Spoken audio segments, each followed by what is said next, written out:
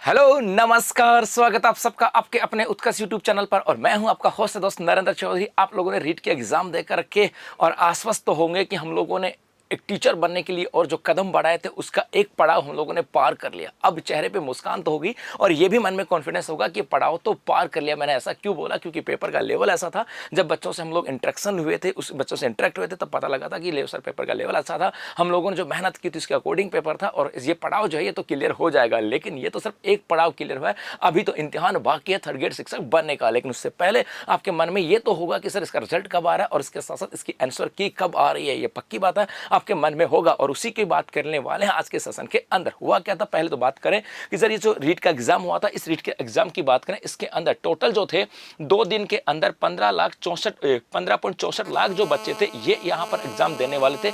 और इनमें से यदि हम बात करें, इनमें से लगभग 13.72 लाख जो कैंडिडेट थे उन्होंने अपनी एग्जाम दी थी। मतलब लगभग 13.72 या कहें कि 14.25 लाख जो बच्चे थे उन्होंने एग्जाम दी थी। मतलब लगभग 90% से ऊपर जो बच्चे थे वो आपके यहाँ पर एग्जाम के अंदर पार्टिसिपेट किया था, एग्जाम के अंदर बैठे थे। और उसके बाद में वो सोच रहे होंगे कि सर आपके आंसर की बात करें, एक तो ये कि आपके आंसर की कब आने वाली है और उसके साथ साथ वो ये भी वेट कर रहे होंगे कि सर इसका रिजल्ट जो है वो परिणाम कब आने वाला है। तो यहां पर बता दूं कि रिसेंटली एक ट्वीट भी किया गया था माध्यमिक शिक्षा बोर्ड के द्वारा कि अगले एक वीक के अंदर, मतलब नेक्स्ट वीक के अंदर हम लोग आपका एक पेपर जो है वो भी अपलोड कर देंगे। क्योंकि इस बार रीट के एग्जाम के बाद आपको पेपर नहीं दिया गया था, तो ये भी लग रहा था कि यार पेपर कैसा गया होगा, क्या होगा, कैसे नहीं होगा। तो माध्यमिक शिक्षा बोर्ड ने ट्वीट करके कहा था कि हम अगले एक वीक के अंदर आपका पेपर जो वो भी अपलोड कर देंगे और उसके साथ साथ उसकी ऑफिशियल आंसर की जो है वो भी यहाँ पर अपलोड कर दी जाएगी। मतलब एक वीक का टाइम दिया था। और उसके साथ साथ ऐसा भी अनुमान है कि इस बार जो रिजल्ट है वो अगले एक महीने के अंदर आ जाएगा। क्योंकि लास्ट जो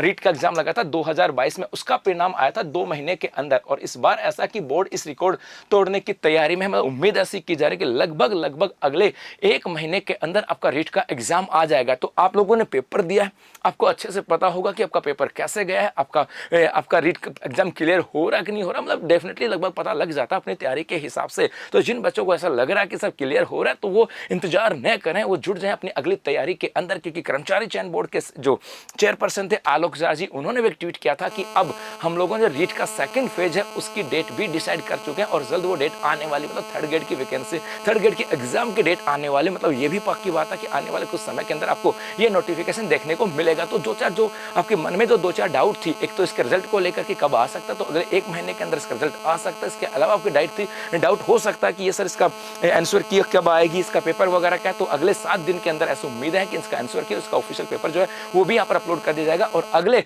1-2 महीने के अंदर इसका नोटिफिकेशन भी, मतलब जैसे रीट का रिजल्ट आएगा, रीट के रिजल्ट के बाद ही इसके थर्ड ग्रेड का नोटिफिकेशन भी आ जाएगा। तो आपने जो तैयारी अभी तक की थी रीट के एग्जाम को लेकर के, उस तैयारी को छोड़ना नहीं है, बस उस तैयारी को कंटिन्यू करते रहना है। क्योंकि एक बार यदि ब्रेकडाउन हो गया अपनी तैयारी के अंदर, अपने टाइम टेबल के अंदर, तो फिर वापस से उसी शेड्यूल को बनाने में काफी समस्याएं होती हैं। तो जो शेड्यूल आपका बना हुआ था, जो आपकी तैयारी चल रही थी, बस उसको बेहतर बनाए रखें, उसको कंटिन्यू बनाए रखें। क्योंकि थर्ड ग्रेड की वैकेंसी जल्द आने वाली है और रिजल्ट भी जल्द आने वाला है और आंसर की भी जल्द आने वाली है। तो बस अभी के लिए इतना सा, धन्यवाद।